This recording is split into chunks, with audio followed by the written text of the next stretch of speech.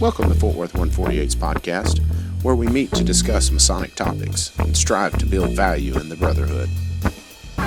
The opinions and statements of the participants do not represent any positions or stance of any Grand Lodge or Lodge and are solely the viewpoints of the participants.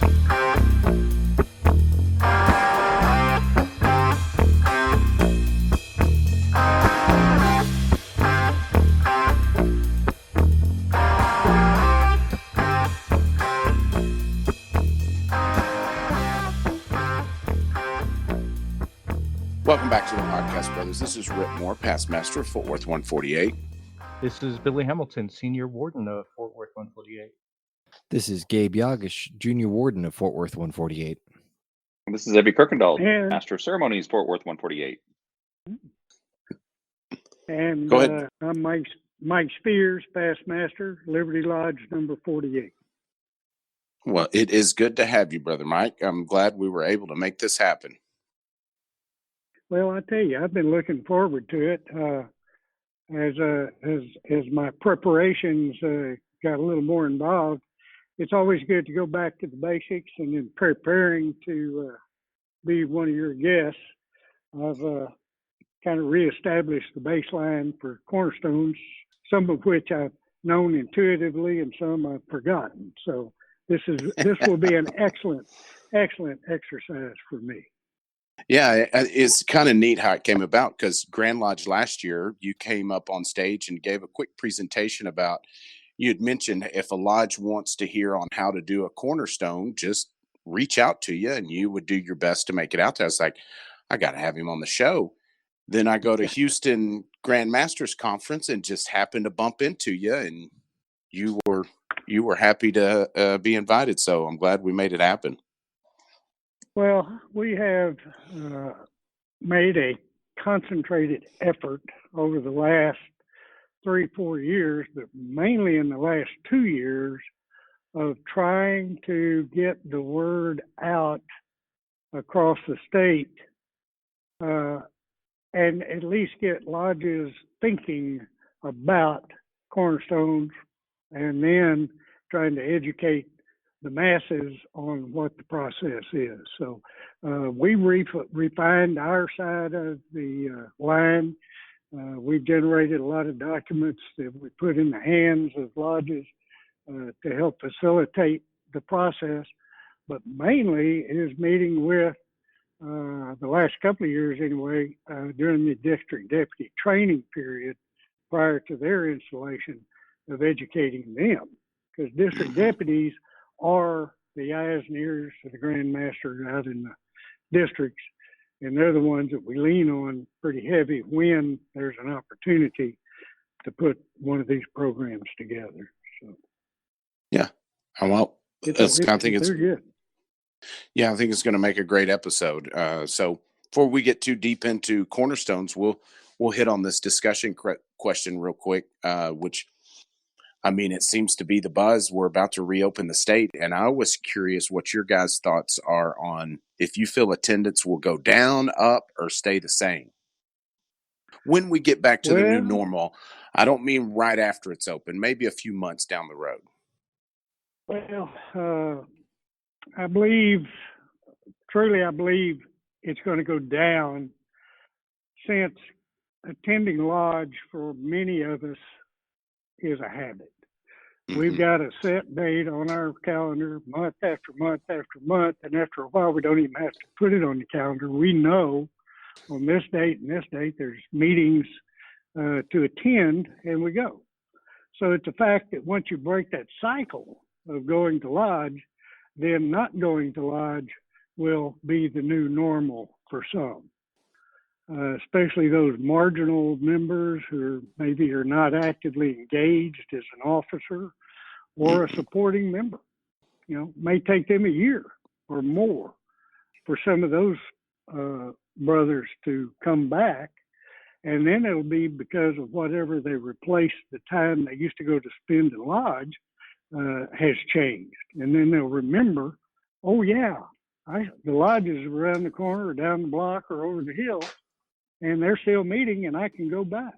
Yeah. So I believe once we return to our regular meeting schedule, the first thing we should do as a lodge is to have a welcome back event and invest our time and energy on re-recruiting our existing members and bring them back. Once they come back and remember to get them back in that cycle, then I think we'll be all right. But it's going to take a major effort. It's not just going to happen. Yeah, that's a good idea, though. Re-recruit your existing members. I like that. Absolutely. Yeah. Yeah. Have a I've got to homecoming. agree on that. It's going to be a pretty substantial challenge. Just because, like I know for a fact, like in my own personal life, I'm spending a lot of time with my wife and just around the house. All of this time that I get to spend at home now, because I'm working from home and not committed in the evenings masonically anymore. Mm-hmm. It has been definitely kind of a game changer in how close we are, how much better I'm able to help manage the house, that kind of thing. Yeah. Getting more yard work done, for example, Mm-hmm. and now I kind of go, well, when things kind of come back to the new normal, am I going to let myself get booked that heavily again? And the answer is, I'm not sure that I want that anymore. I Yep. used to get real excited about, oh yeah, let's throw ourselves into this.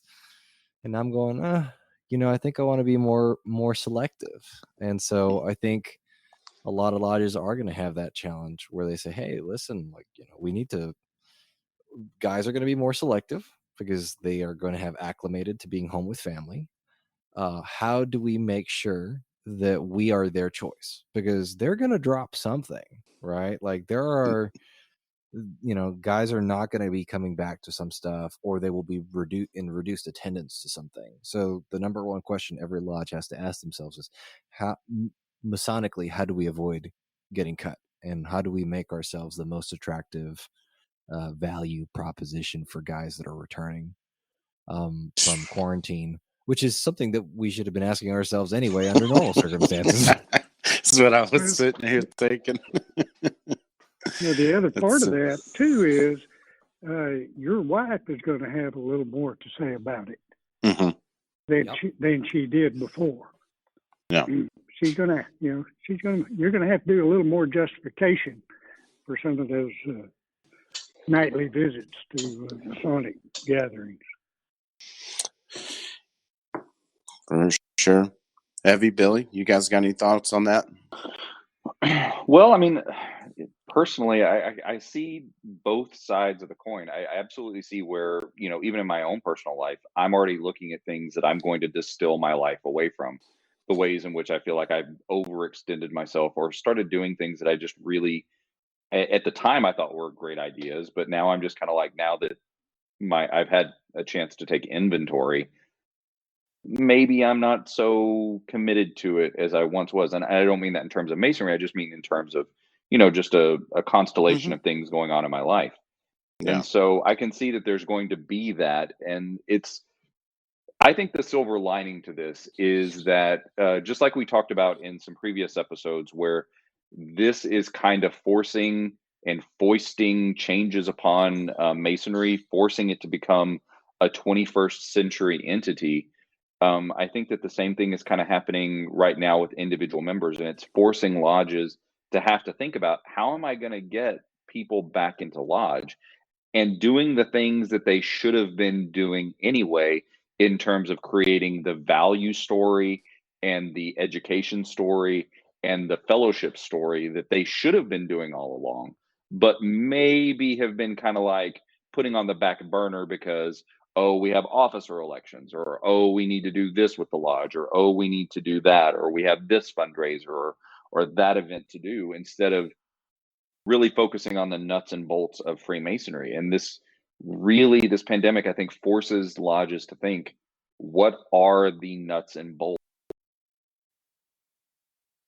When you take away all of the extraneous stuff, all the things that we like to get involved in that have nothing to do with those things that I mentioned, are we really going to be doing some of the things that we did in the past? I mean, if we're doing this on an individual level, we have to figure that the lodge collectively is going to say, are these things really necessary? Do we really Mhm. need to have X, Y, and Z? Yeah. Do we Well, really need to be spending money on this, or do we really need to be hosting that? yeah, gigs What are up. the essentials? Yeah, exactly. We know what we know what's essential now. Well, And we it certainly ain't know heavy. what we miss the most. Yeah. No, that's no doubt. I think I think it will take a little bit, but once we start dipping our toes back in the water and things get to the new normal and what they're going to be, I think we might see a little bit of a bump just because people are so starved. They've been locked up for so long. But then, like life always does, you kind of fall back in those same ruts and, the habits that you were. I think you'll see that all over. Any chance you can get out, whether it be church, lodge, movies, anything to get out of the house back in society might see a bump after we kind of get comfortable, which there's no telling how long that'll take. I don't know. We'll see. It's going to be interesting. So I Yeah. want to say maybe, because just because we're learning that we don't need those things necessarily. Like we Mhm. enjoy these things, and I'm definitely going to go do some of this stuff. But I think we're also learning that a lot of this can be done complete. Like we never needed those structures in order to enjoy those things necessarily. Yeah. No, I a think lot of people have mentioned about Billy's one of them about reading minutes from the Spanish flu time, what things changed through it, how they transpired. I think that'd be so interesting to well, dig and into. afterwards they saw a massive growth, right? And maybe it's we talk about the golden age of fraternalism, and everyone was looking for something to join during that time, was looking for something else. But at the same time, maybe part of that was because a lot of people were kind of stuck at home because of the Spanish influenza. Uh, Hmm. and I think we're going to see that for some people, they're going to find more distractions by being at home and trying to entertain themselves. They're going to find Netflix shows that are going to distract them. They're going to reprioritize. And so I think you'll see some guys may not come back as they find other priorities. But I think you'll also find a group of guys who realize that masonry maybe means a little bit more to them. It's a higher priority than they thought it was when they could take it for granted and said, "Oh, I could skip the meeting. You'll be there next Hmm. month." No, when you've watched all of Netflix and YouTube, it's like, what have I done? I need to Right. start going to lodge again. Right? You can only post so many memes before it's like, I need to go out and do something. I miss everybody. All right. Well, let's get cracking on a couple of personal questions with you, Brother Mike, before we dig into the subject, so everybody kind of get a feel for who you are. Um, can you tell us a little bit about yourself outside of the Masonic lens? Sure. I don't know how far back you want to go, but let me just kind of start a timeline here for you. There you go. I was born, raised, and ruined in Borger, Texas, and that's with a G, not a D. It's not Border, it's Borger, Texas. It's 50 miles north of Amarillo. So if you hang a map of Texas on the wall, Borger is where you put the nail. I love it. I graduated from Border High School. I headed to Lubbock, Texas, and Texas Tech University. There, I managed to cram 4 years of college into 5. After Tech, I headed to Houston, Texas to make my fame and fortune. After several careers, I ended up working for Lamar University in Beaumont, Texas. After 15 years there, I retired in January of 2016 as Director of Contract Management. When I retired, Lamar offered me a part-time position working in the Administrative Services Division. And there I still negotiate, monitor contracts for the university. As a side note, prior to retiring, I had told my boss I wasn't tired of working. I was just tired of working there because it was a 12-hour day. Yeah. And I had planned on retiring and finding a part-time job. And he thought about it, and he said, well, if you want a part-time job, why don't you work for me, and we'll call it a knowledge transfer. And I told him, well, that sounded good, because I'd never tell him everything, and then we could call that job security. So I just started my 5th year as a full-time, part-time employee for Lamar University. I work 3 days a week, 6 hours a day. So it's perfect for my schedule. Gives me a lot of time to do things other than concentrate on work. But actually, I really enjoy it because it gets me out of the house, and nobody enjoys it as much as my wife, because she tells me all the time, I can't do anything or get anything done when you're here. So she gets a sanity break, and I get one too. Currently, I am married. I have 2 grown children and 2 grandchildren. Oh, nice. So that's a quick nutshell of a long career. Yeah, I was going to say that's a synopsis of a good life there. So, when, why, and what lodge did you join? Wow. Well, I tell you what, it took me a lifetime, it seemed like, to become a Mason. I was 44 when I petitioned.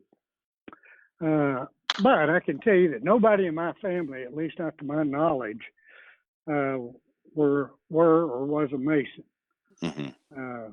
I do remember when I was a young boy, grade school maybe, tagging along with my dad.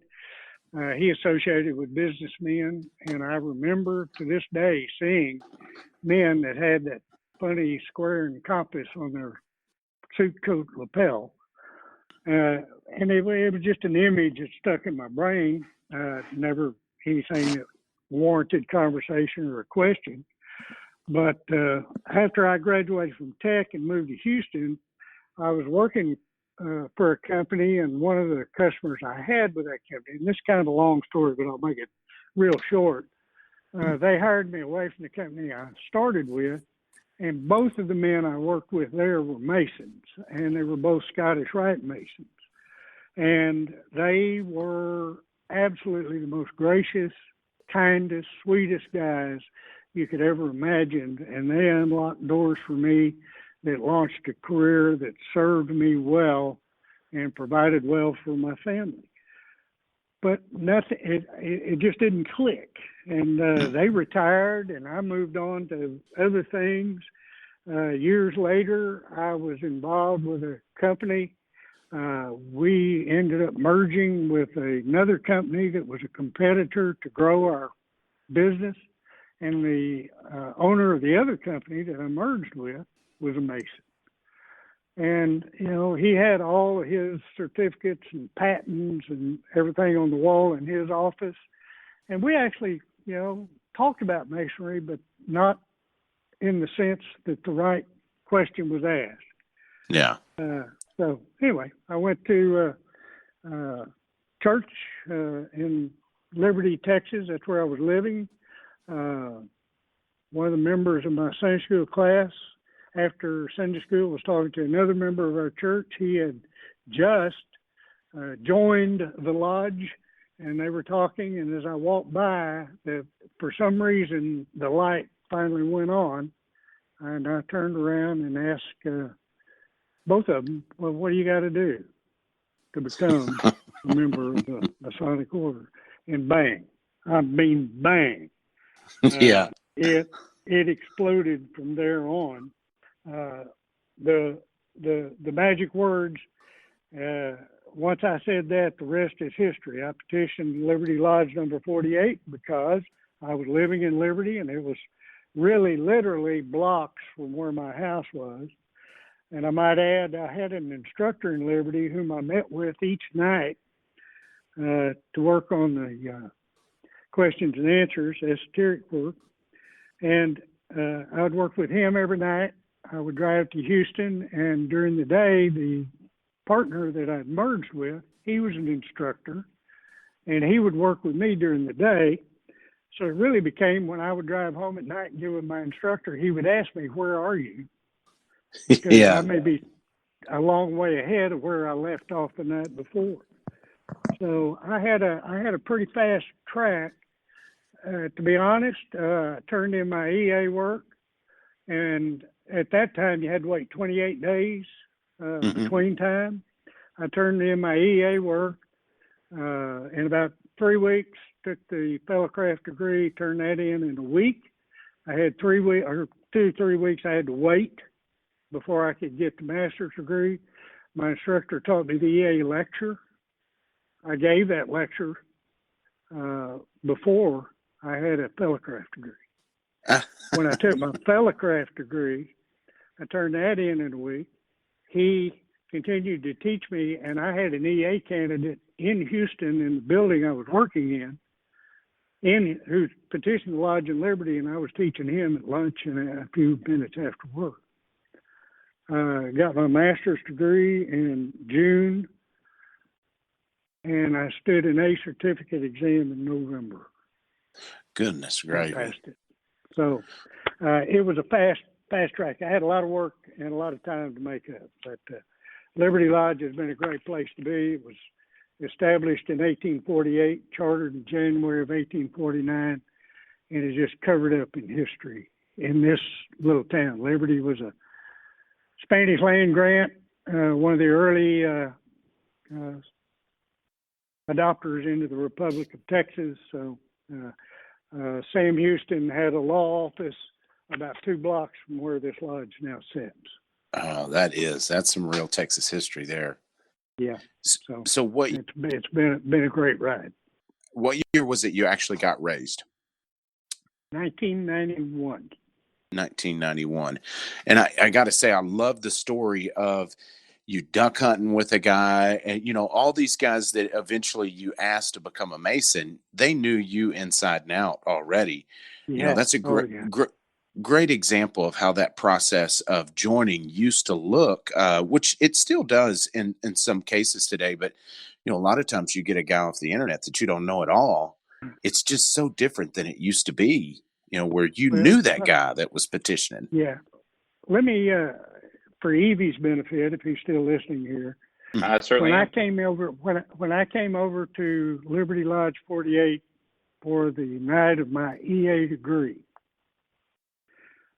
blindfolded as I was, when I went through that degree, every station was filled with a member of my church. Oh, wow. And I did not know it at the time that any of them were involved, except for a selected few. And I had several. The greatest compliment I ever had was, "We always knew you were a Mason. You just never asked the right question." yeah. Oh.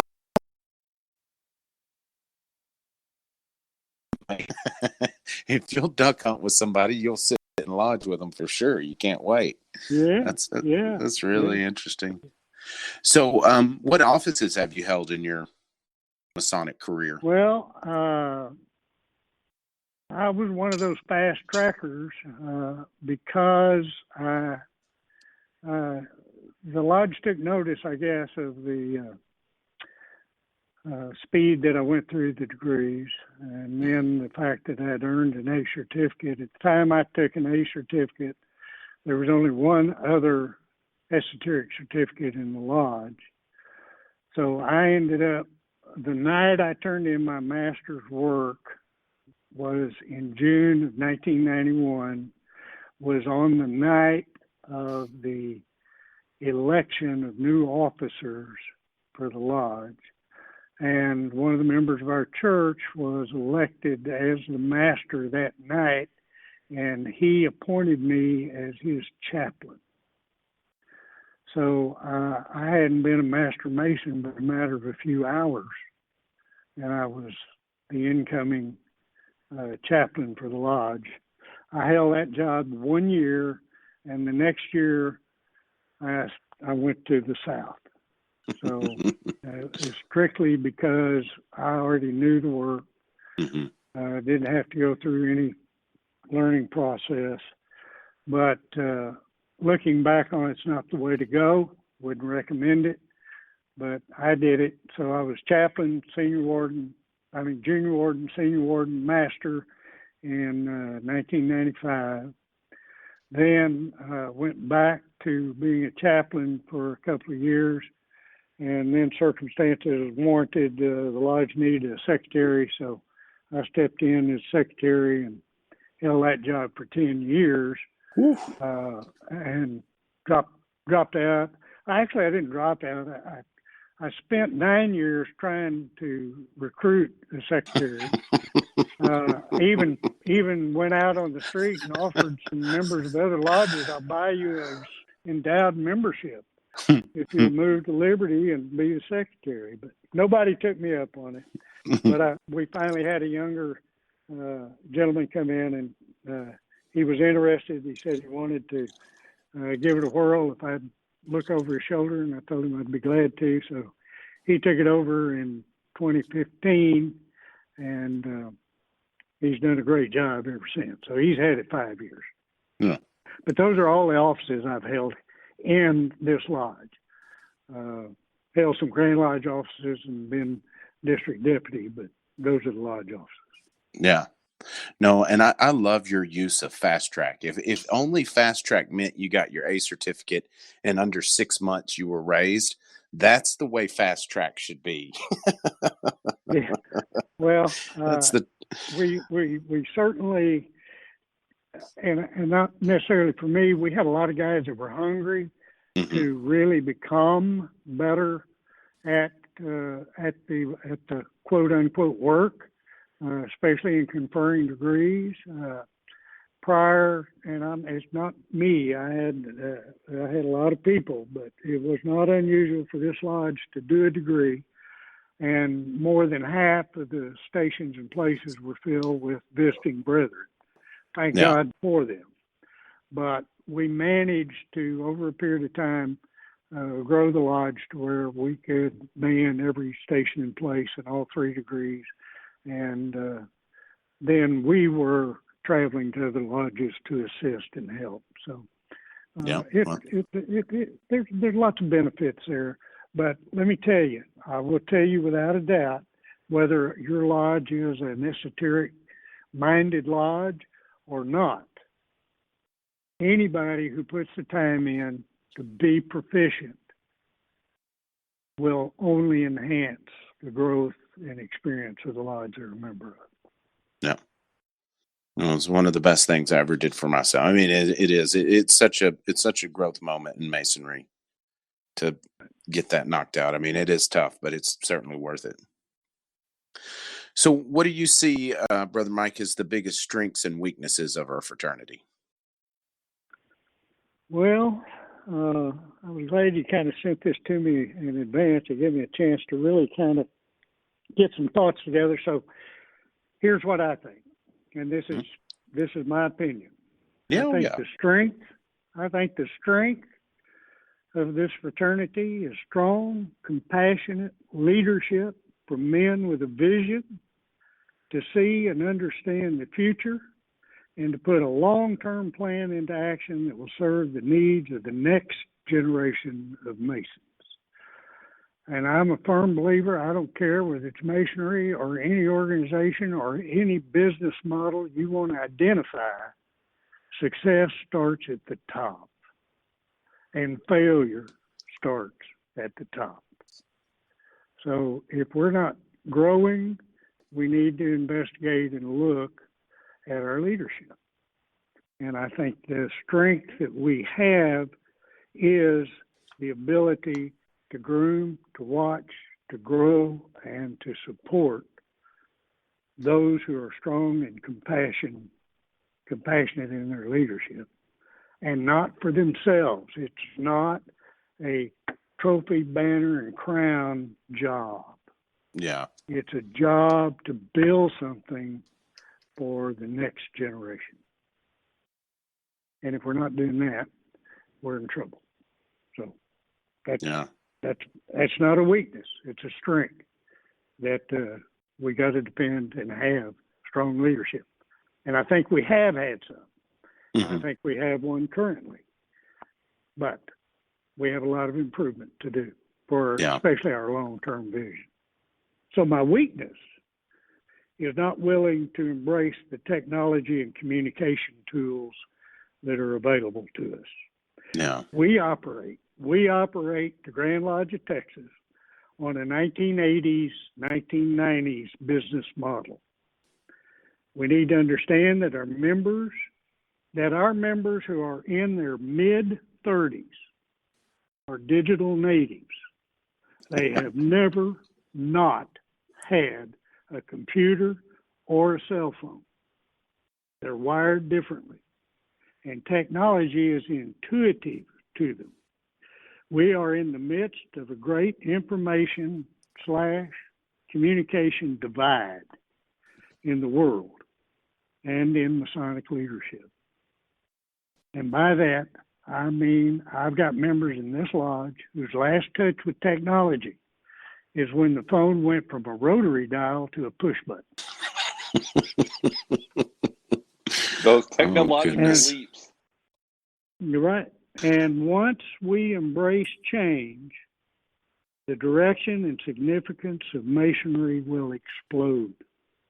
We have the correct toolbox for life skills, but we have not employed the current delivery vehicle to push our knowledge and history to a younger audience. Oh, that is a great summation right there. Because we have the toolbox. It's timeless. The toolbox is timeless. But the delivery system is what's changed over time, whether it be newspaper, whatever, and we're in the internet age now. That's such a good summation.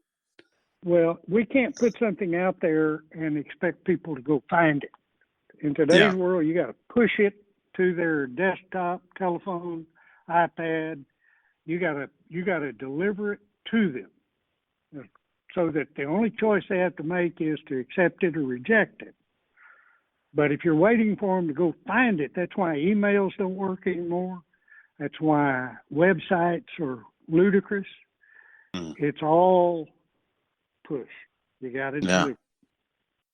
So that's my opinion. Oh, I like it. That's definitely a wise one. Well, and it's going to happen no matter what. But we don't seem to be embracing it as fast as we need to. I always tell everybody, if you don't accept change, it's going to steamroll you, because it's going to happen with or without you.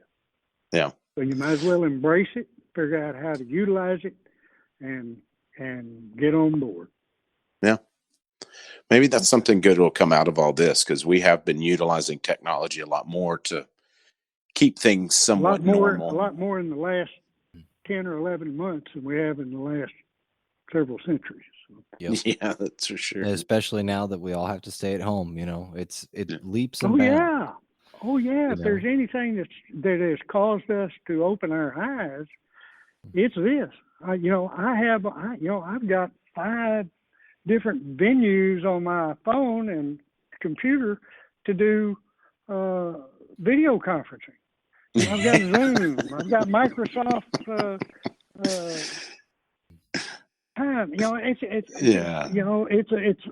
Facebook video. It's everything. And before, we didn't do that. You're going to see a lot of things handled now on video conferencing that's going to be done and over with before you could go out and get in your car and start the motor. Yep. To go somewhere. Well, and I think one of the things that we have to pay attention to is that technologically, a lot of the things that we have not been trying out and that we have not been experimenting with are things that we haven't tried simply because we said we couldn't and we thought we couldn't. And I want to give, I'm not going to disclose the name of my company or anything like that. But I work for an architectural firm, and one of the ways that we measure productivity is we call it a usage percentage or utility rate, right? And the way that we do that is, hey, every employee is scheduled for 40 hours a week, and things like vacation, sick time, non-billable hours, right? We call those general office hours, where you're just sitting in the office. Right. We take those, we don't count those towards we say, okay, those are part of those 40 hours, but they're not part of our productivity rating. But any hours that we spend working for clients count towards that, right? And my office normally hovers at around a 70% productivity rating, where 70% of our 40 hours per person are billable, and our target is 74. We started off quarantine and working from home at about that rate, and after a couple of weeks of being quarantined, we have been operating at over our target, and from week to week, we have had a couple weeks where we've been operating at 80% productivity, right? Wow. So our productivity has actually increased. And prior to all of this, I had asked my boss, well, so what's our company's work from home policy? And I asked this ages before we even had to worry about the virus, right? This was just a lifestyle thing, and they're well, like, we're worried that we're going to have productivity issues, and we want to make sure that people do teamwork more easily, and we think that in-person interaction is the best way to do that. So leadership doesn't necessarily want to try and encourage a work from home policy, which that's the opinion they had. Now we've discovered that people are more productive at home. Money talks too. Yeah. So I think we're going to see a lot of that too. Like, how much of Grand Lodge business can we conduct digitally? How much of lodge business can we conduct digitally? And how will we benefit from it? Because we're going to benefit from it. The question is just how and how much. Yeah. Well, and I'm sure Grand Lodge is looking, because the entire staff at Grand Lodge are working remotely now. Yeah. And have been for a while. Yeah. And they're still doing a great job. So, more power to them. I haven't had any. I really haven't interacted with anybody for anything. But no. Well, they hadn't closed anything down, so they're holding it together. That's anyway. right. That's right. And they're still responding. So we know they're there somewhere. Yes. Yes. So, Mike, let's tackle some questions about cornerstones. Cornerstones. Are we really going to talk about that? Yeah. Okay. We were eventually going to get around to it, right? Yeah. So why do you feel it is important for the tradition of cornerstone laying to continue? Oh my goodness. Why not? There's the question. Yeah. Currently, cornerstone ceremonies are probably one of two. Well, let me say one of the few events where the general public can witness men in full Masonic regalia conducting a ceremony based on historical deeds and communicating the importance of dedicating a building for its intended purpose and its structural integrity, and equate this to a subliminal message of building and dedicating ourselves to the service of God and man. This is a ceremony of extreme joy and pleasure, and it is the total opposite of a Masonic funeral, which is the other time we're in the public eye in Masonic regalia when we do a funeral service. So if I had a choice and could control it, I would never have another funeral, and I would continue to have all the cornerstone ceremonies we could muster. So I think they are a great thing. We touch on the historical value of them. We put them in a common everyday situation, and we bless them for the future. And it's just a fabulous ceremony, and all the work that goes into it culminates in the public eye in a very positive way. So, I can't imagine not having them. I'm hoping as time goes by that we can schedule more of them we have grown that list over the last 3 years a lot. And I am hoping to get it to the point to where we're doing at least 52 ceremonies every year, one a week somewhere. You know, I didn't have this question on here, but it just kind of came to mind on, what, in your experience, Brother Mike, what do you see as the biggest intimidation factor that lodges had to overcome to do the cornerstone? Like what kept them from doing it that they finally overcame? Well, they didn't have information. Uh, They didn't have a path. What is step one? What do we do first? yeah. What needs to happen first? What's the next thing? And without having a roadmap, and having never done one, the effort to seek information, maybe, and I can't speak for the past.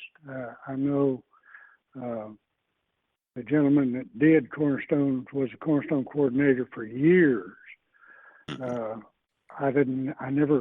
I worked with him a couple of times out of Liberty Lodge because we've done a lot of them out of this lodge when he was the Cornerstone chairman or coordinator.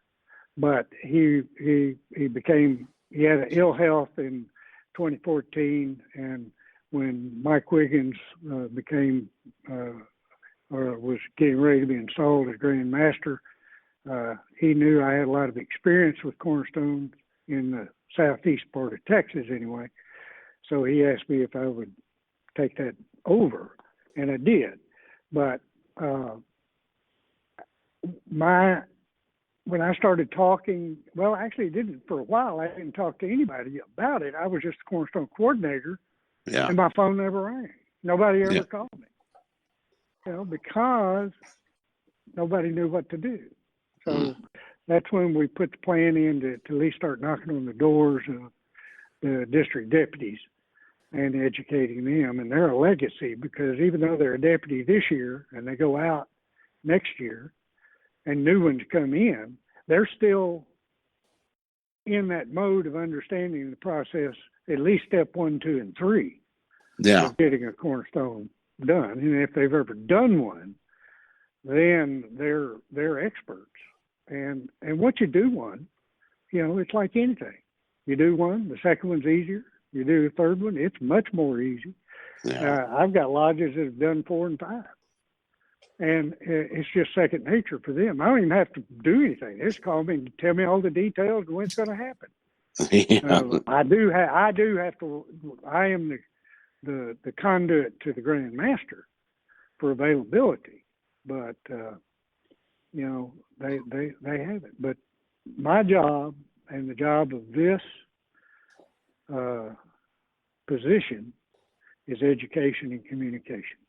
And there is nothing you can overcome in any situation, anywhere. Marriage, life, business, masonry. The only time we run into problems is when we have a lack of communication.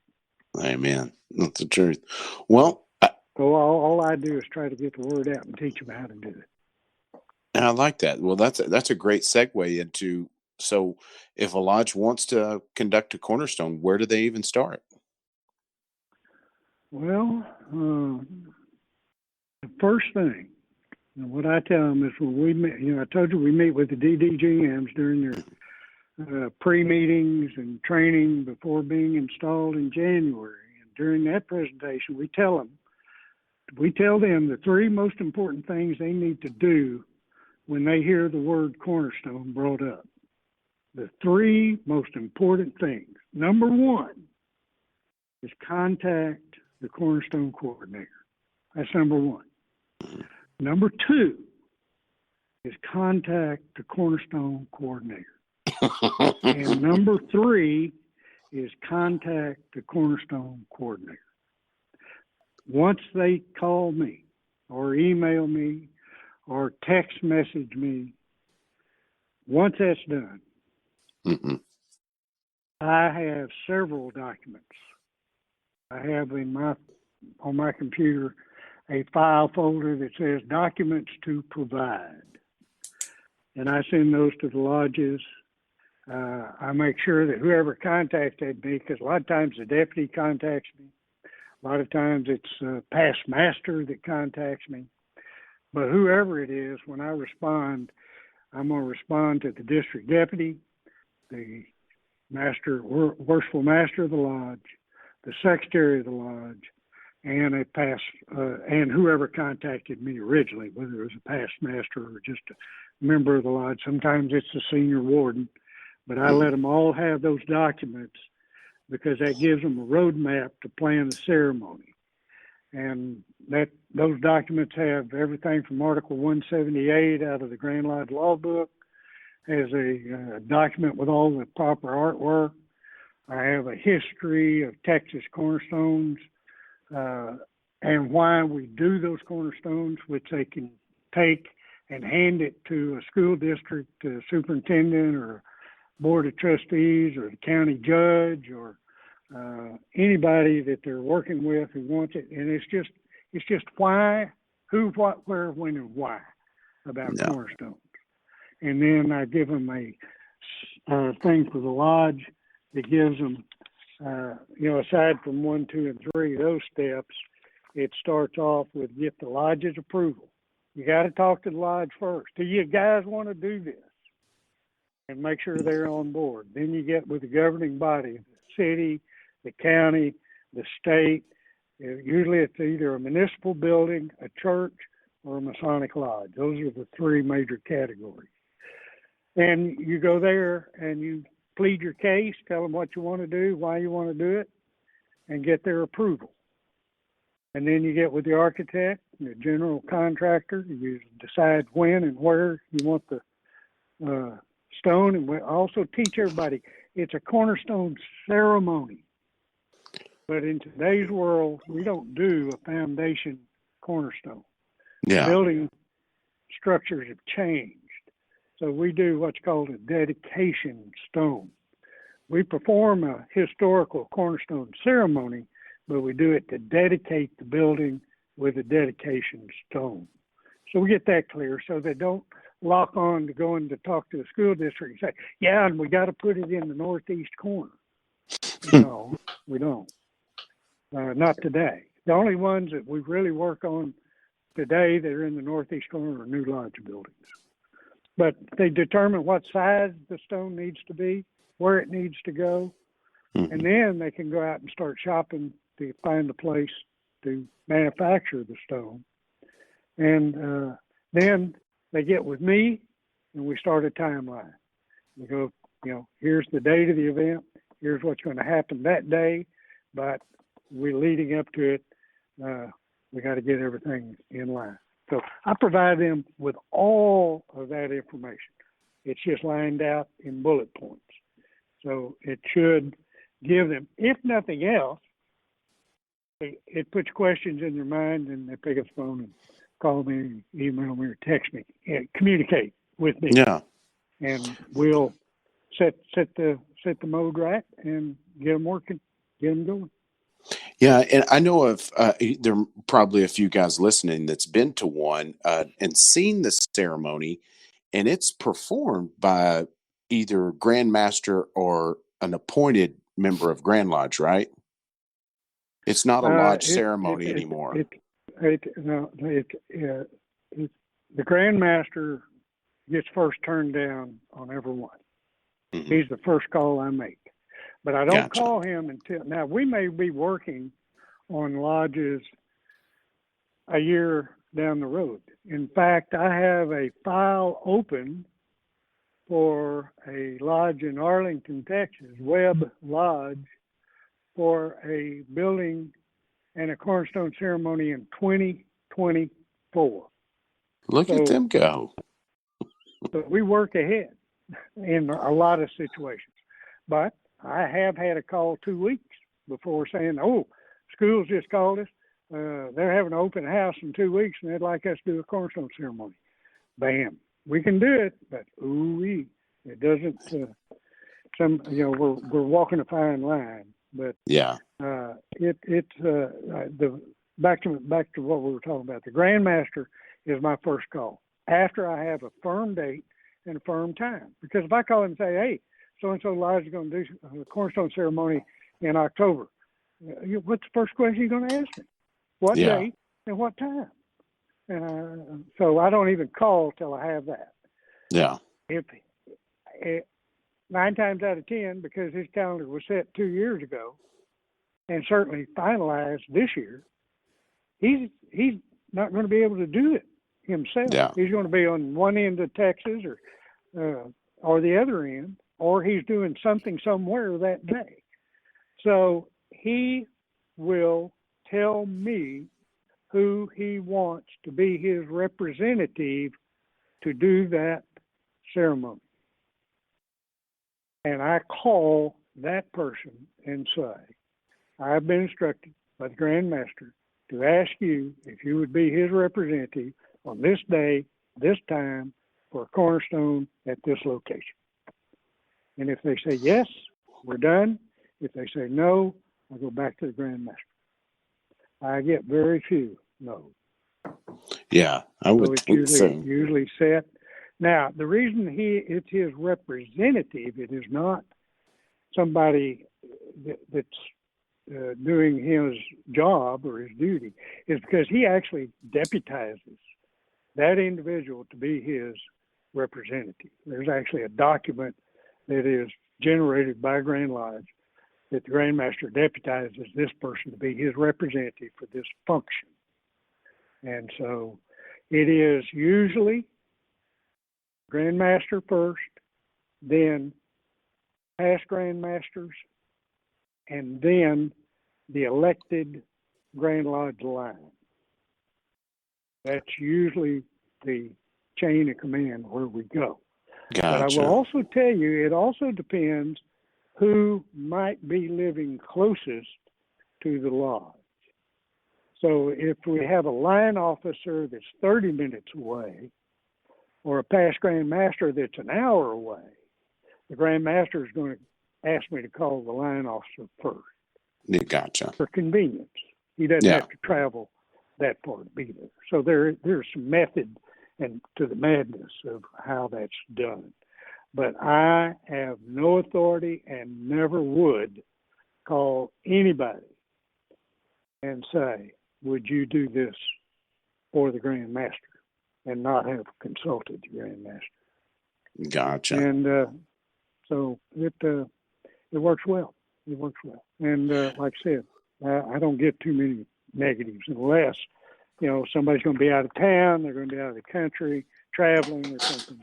And then they got a good excuse.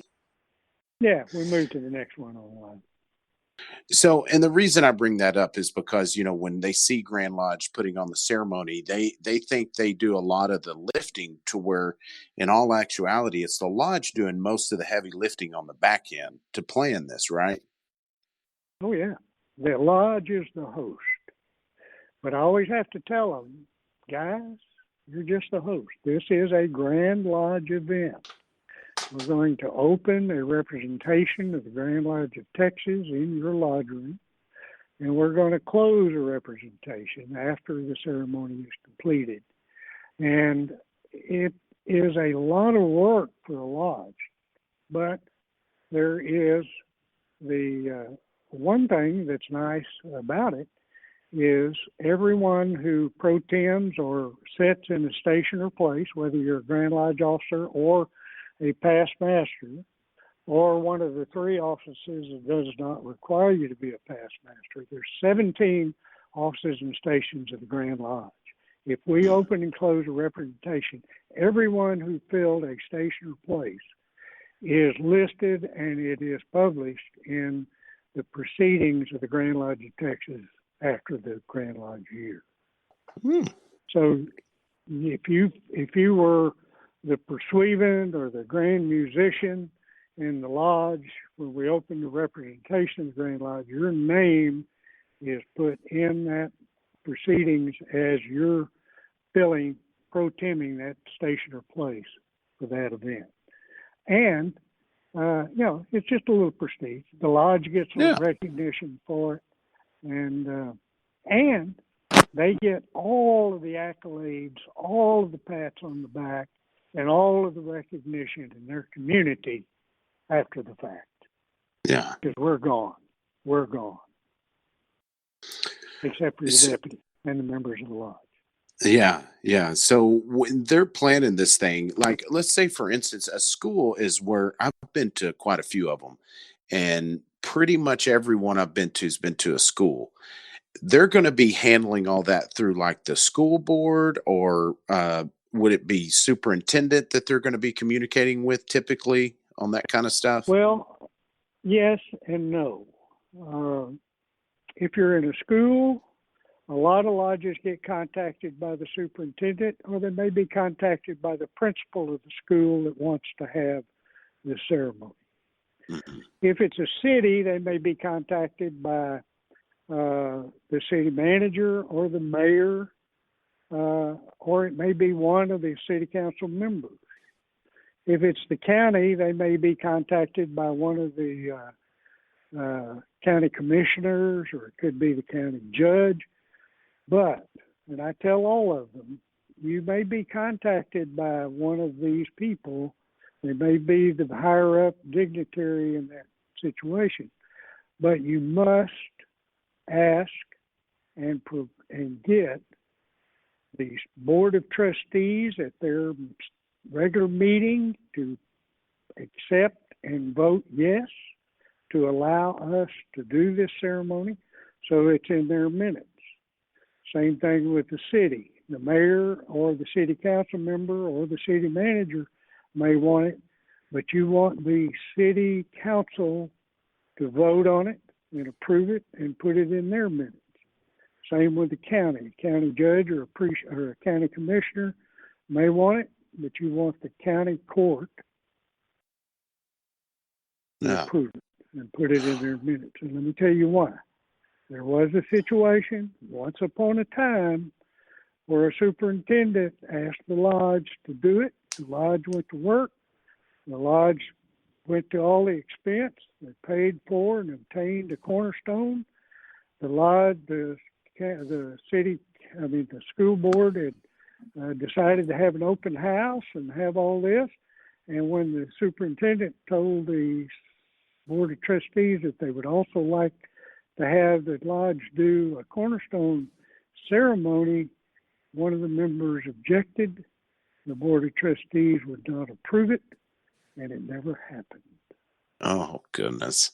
Oh, Because man. the superintendent and the principals answer to the board of trustees. They're the governing body. Yeah. The city council is the governing body in the city, and the county court of law is, the county judge and the county precincts are the governing body for your county. Yeah. You don't do it without their approval. No, and I could see how that could be a little bit intimidating as well, but it sounds like, with the proper communication and education, you'd be ready for something like that as well. Well, always, if a superintendent asks you about doing it, and you say yes, however, we would like the board of trustees to approve it, the superintendent's going to be glad to take that for you to the board of trustees and present it. If he's in favor of it, they're going to approve it. The issue is not whether it's approved or not approved. It's a communication factor you need to ask. And then they'll approve. I've never had one turned down, except when we didn't ask. Yeah, when you didn't ask, that sounds like the MO, Murphy's Law kicking in. Mm-hmm. When you were talking, you'd mentioned many times about them reaching out to the lodge to do a cornerstone. Is it proper protocol, or would it be improper for us to reach out to them if we knew a new school was being built or something? Oh no, absolutely. We need to be taking the initiative, and let me tell you how soon that needs to happen. I tell lodges, I tell the district deputies when I talk to them, keep your ears open in your community. And when you hear in the news that the school district, the county, or a church let's just use the school district or the county is going to put on a ballot and ask to have a bond request passed to build a new fire department, sheriff's department, school, because they all have to go through the bond process. Once they get a vote of approval, that's when you go knock on the door. Gotcha. Because So you know it's coming. Yeah. Once that sucker's approved, it's coming down the road. Yeah. Now, you don't have to go to the school district yet. If you know the superintendent or you know somebody on the school board, that's what you need to go to them and say, hey, y'all have this bond issue. And let me tell you another advantage real quick. If you get in on the ground floor, you can ask them to include the cost of the cornerstone in the building project. Oh. And that $400 or $500 stone cost is minuscule in the cost of the project. Yeah. But if you come later and ask for it, they won't do it because the cost of having a change order is horrendous. So I've got a lot of lodges, especially down in this part of the country. We've got one school district that's outside of Houston. They've done 6 cornerstones in the last 2 years, and the lodge has not paid for any of them. Oh, wow. Well, that's the way to do it. But the project manager that works for the school district is a member of the lodge. That does help. So he asks, and he always gets them to just include a $500 building addition to pay for the cornerstone to go in the building, and they approve it because $500 in the scheme of several million is nothing. Yeah, well, it's like my grandpa always said, the answer is no if you don't ask. That's right. You might But don't well wait ask. because a lot of schools, especially in towns where they've never done one, they don't know. They don't have a clue. So you got to go talk to them. Yeah. Talk to me first, and then go talk to them. Yeah, absolutely. Because I'll give you the tools to take. Yeah, to get the information to answer some questions. Sound like you know what you're talking about. Yeah, because that can be intimidating as too, not knowing the process on that. Well, yeah. So well, the biggest thing I get from most lodges is the northeast corner of the building faces the garbage dump. The northeast corner of the building is way on the other side. Yeah. Because we talk about it as a cornerstone ceremony. And I drill and drill and drill. It's not a cornerstone, it's a dedication stone. Anyway. Gotcha. Yeah.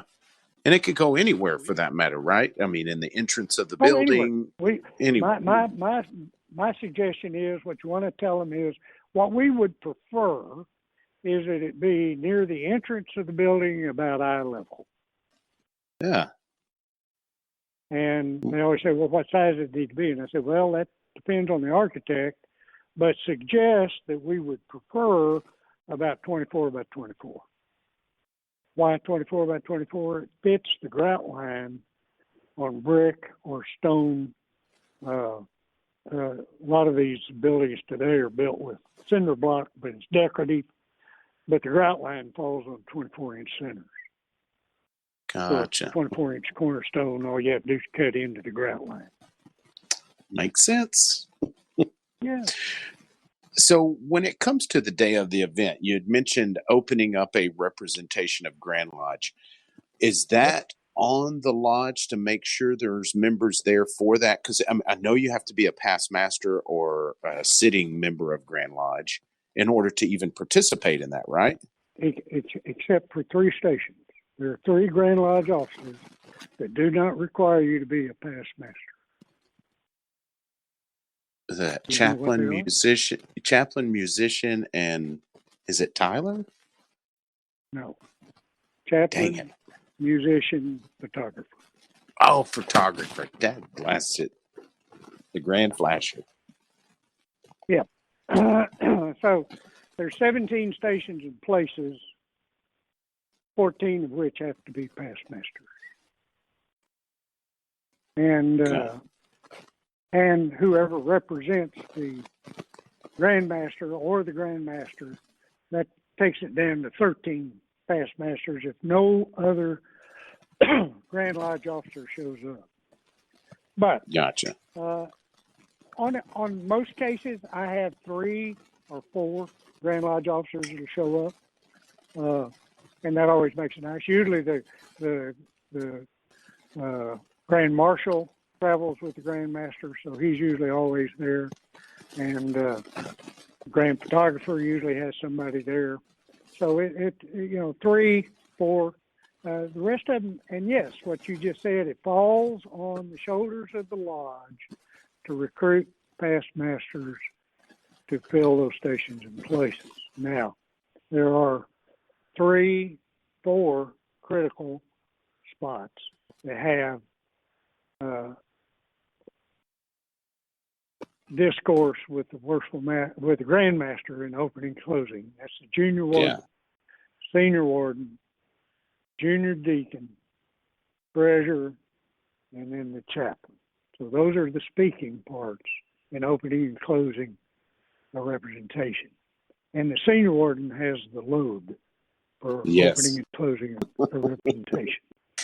He's got a mouthful. I am blessed to have a separate email group of guys who want to know about cornerstone ceremonies, where they are, when they are, and I've got guys that I email all the details to who travel.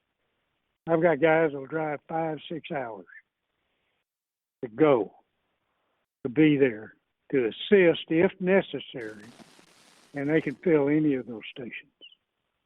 So I'm blessed to have those guys. But the burden, and I tell the district deputy, when we decide and the lodge decides to do a cornerstone ceremony, your first call needs to be the DI. Yeah. Put that burden on him. That's his job, to get these guys ready. Get them trained up. Yep. No, and I know in our district, they've got a team of guys that do the same thing. If something like that's happening in our district here in the 64th, they tend to go just to help out if it's needed. You bet. You bet. So they're out there, and that's another thing that I think a lot of lodges could get intimidated with, to where you just make the call, and that shouldn't stop anybody, because you've got guys all over the state that'll help with that. If a lodge called me and said, we're really in a jam, we've only got 3 or 4 past masters committed, I guarantee I can pick up the phone. I can fill those stations. I got guys that will come. Yep. And that's probably in every corner of the state, because when it comes to something like that, Masons tend to come out and really help. You bet. You bet. Yeah.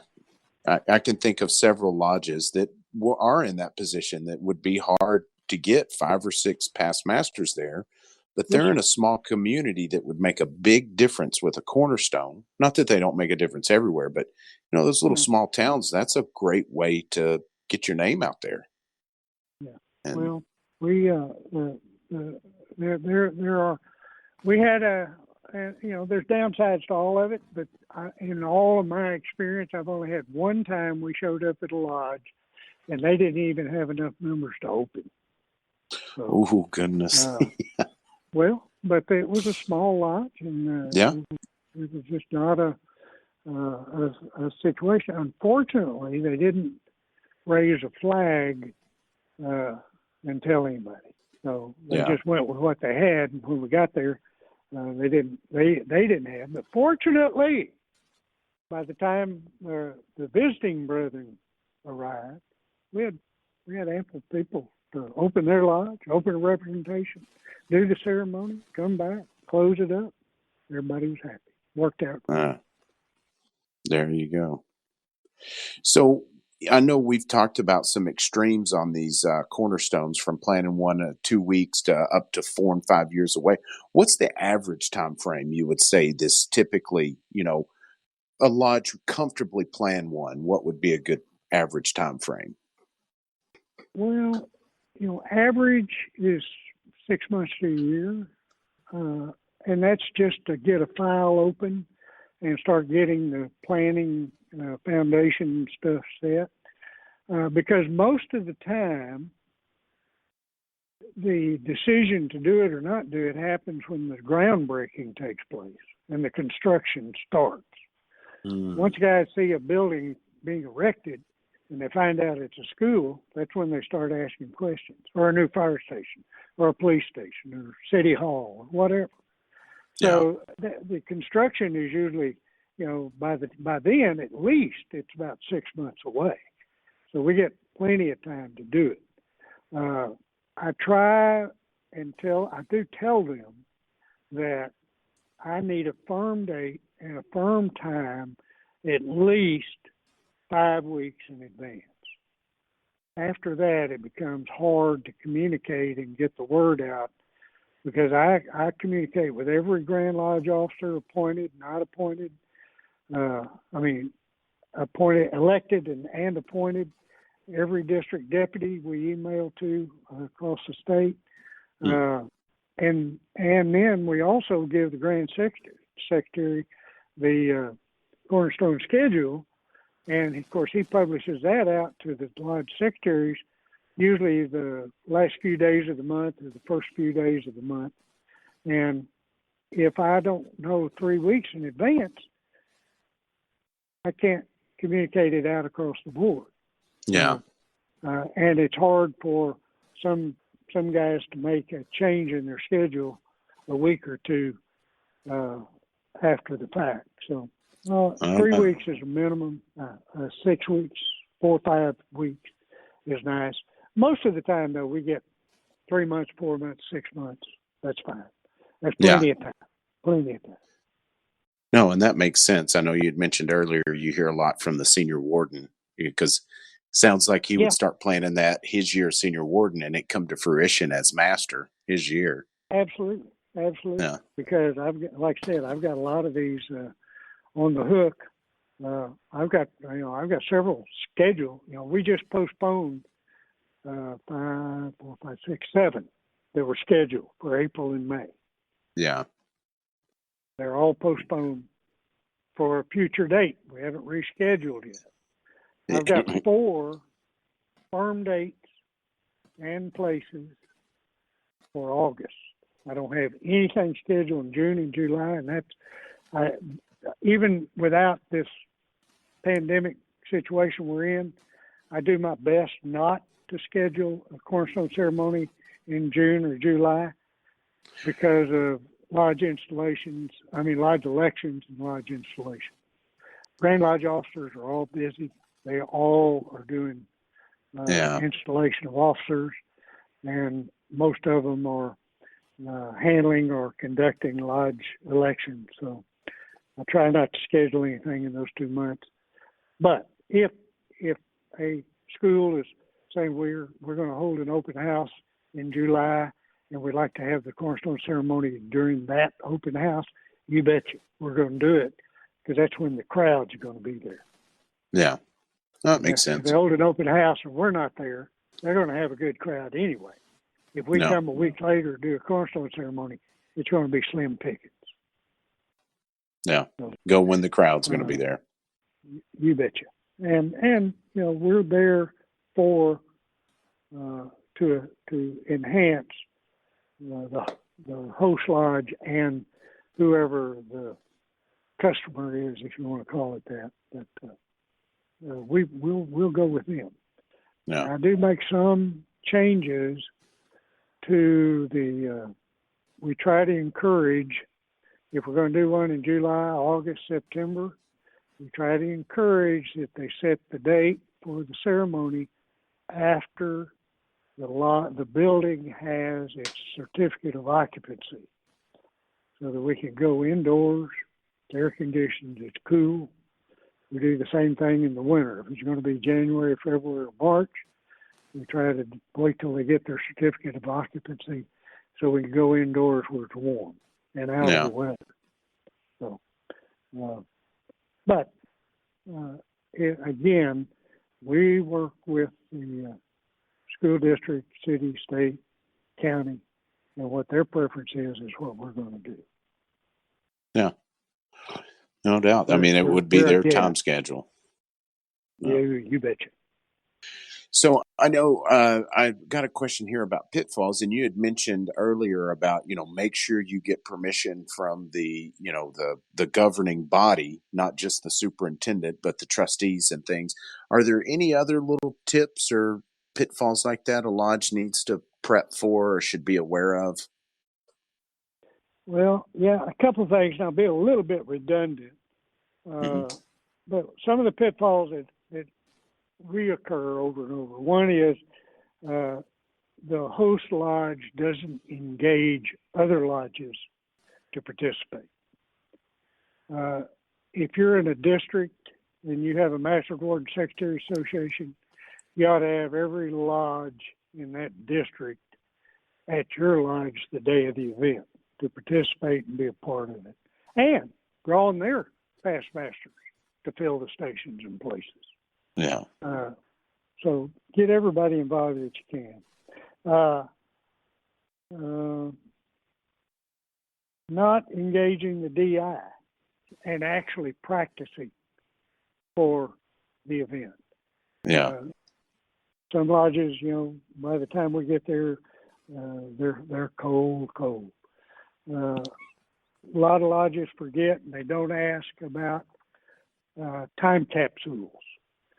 Now, we don't provide, it's not part of our commitment to provide a time capsule, but the Cornerstone ceremony has a portion of it dedicated to a time capsule, if in fact there is one. And it's good if we can know about that in advance. Yes or no? Is there going to be one? Yes. If there's not, then we won't worry about it. We won't address it in the ceremony. But it does affect the treasurer of your lodge. If you, or who the treasurer is pro-timing the Grand Lodge treasurer.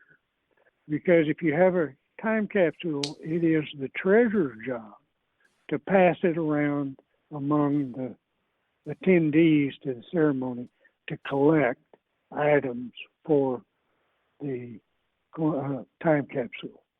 Yeah. If there's no time capsule, there's no need for the treasurer to be part of the ceremony. So that's a pitfall. Some forget to do that. Yeah.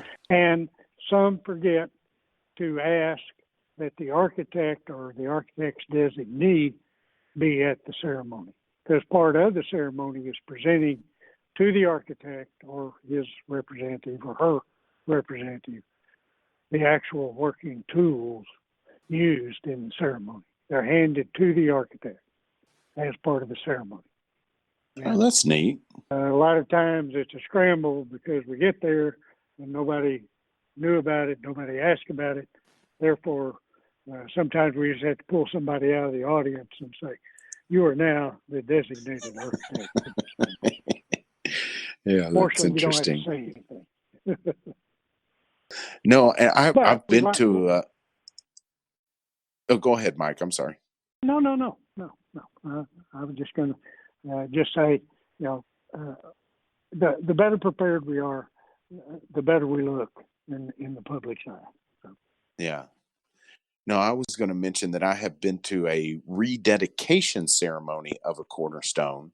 It was the Coliseum in or the Stockyards in Fort Worth, and they had a time capsule there that we took out and saw some really interesting stuff, and we put a time capsule back in. But that was such a neat little additive because, the artifacts we took out were some coins, a little newspaper. It was some neat trinkets, but just the energy that brought, thinking, oh man, they put that in that box for us to enjoy. It was neat. I have not had that. Yeah, go ahead. That's all I've got. That was just really neat to add to that. I have not had that experience of witnessing the opening of a time capsule, but I am very close to a member of the Texas State Historical Association. And she has told me if there is ever a opportunity when you or we as a lodge are involved with a cornerstone ceremony, or there is a opening of a time capsule. If I will notify her, she will have an entourage from the state of Texas come to the event and be present Oh, nice. to witness the opening of the time capsule, because that's what they do. But we don't remember, we don't think about that. Yeah. But that would be, that would just add to it. When you could say we're going to open this time capsule and introduce the members of the Texas Historical Association. Yeah. That's a pretty big group. And so anyway, it just adds more credence to it. Does the word communication mean anything? I think we've got a theme. Yeah, I do. That's my big word. Yeah. So where are they going to, because it sounds like you're the man to contact. Should they get your contact info from their DDGM, or are you in the Grandmaster's contact book? I am in the Grandmaster's directory. I don't know if it's been published this year or not. I haven't seen one, but I am in it. But all you have to do is call the Grand Lodge office. They'll point you my direction. And I'm going to say this, I may open a can of worms. If I do, well, shame on me. The Cornerstone Coordinator is Cornerstone Coordinator. There is no committee. Yeah. So I'm it. I'm all you get. Now, I have an assistant co-coordinator, and that's Al Holloman. Al is my traveling guy. He goes everywhere. Bless your heart. And I do all the background work. I do all the setup. I do all the preliminary. I keep all the records.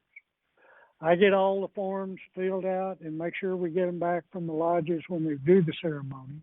I get those filed with the Grand Secretary for the Grand Master's report at the end of the year. That's my job. I'm the guy that handles all the details. And Al is the guy that runs the roads for me. He is also, and if you, when y'all were talking to Craig Enderley on the Grand Lodge website, if you go to resources and you kind of page down a little bit, there is a tab for Cornerstone. Oh, and when excellent. you go there is a slide presentation that was put together by Craig and Al. Al actually narrates it. Craig did all of the graphics for it. And Jim Fisher, who has a background in broadcast journalism, did all the splicing and editing and putting it into graphic form. And it is an excellent tool on the Grand Lodge website. You can go there and click on it and look at it. There's 26 pages. It's a slideshow, PowerPoint, whatever you want to call it, but it's just full of good information, and that'll help you too. The 3 documents that are required by the lodge for the representation as a call meeting of the Grand Lodge of Texas are also there, and the instructions, because you have to fill those out, fill out the pro tem sheet with all the names of who said in what stations and places, and all that has to come back to me, and the copy goes to the Grand Lodge so that those can be filed for the Grandmaster's report, and again, to ultimately end up in the proceedings each year. Gotcha. Well, I think the last question I've got, pretty simple, straightforward. Aside from the stone and all that stuff that they get through the normal process, is there anything a lodge would need to have to conduct this ceremony? Do the officers bring all the tools and equipments they need, or does the lodge provide those as well? No. The Grand Master or his representative, when he walks in the door, He's got all of the tools and paraphernalia that will be needed to conduct the ceremony. He'll have a kit. In that kit, he will have all of the working tools needed for the ceremony, enlarged trowel, plumb, square, and level. He will have corn, wine, and oil. He will have a script for the ceremony. And if, and in many cases, the stone itself has already been installed on the building, he will bring what we call a symbolic stone. It's a miniature cornerstone already engraved out. Doesn't have the date on it, but it has the leveled by the Grand Lodge of Texas and the square and compass on it. It'll have AD and AL. It just won't have the date. And it's a miniature that we can use symbolically to dedicate during the cornerstone ceremony. So the lodge only has to furnish the jewels for the senior warden, junior warden, chaplain, and treasurer if there is a time capsule. Other than that, Gotcha. and aprons for guests and visiting brethren. Gotcha. Because that's a ceremony we can wear our aprons at that ceremony. That's right.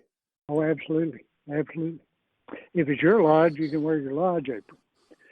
If you're a visitor, if you're a DDGM or a former, since there's no such thing as a past district deputy, if you're a former district deputy, you can certainly wear that apron. Otherwise, just members of other lodges would wear a white apron or a past master's apron if they have one. Well, gentlemen, I'm all out of questions. I hope y'all have enjoyed listening. Do y'all have any questions? Y'all been so quiet and observant. No, Brother Mike, you make it easy, actually. You pretty much, we really didn't have to chip in much. He knows his stuff, huh? I've been doing it a while. Paul Adkins, who preceded me originally, I think was the Cornerstone Coordinator for 20 plus years. Oh, wow. And that means he was the only one that did it for 20 years. No. I did it 1 year. I did it for Mike Wiggins in 2015. Then I took a year off and did an unsuccessful run at being the Grand Secretary. And then after that, when I left,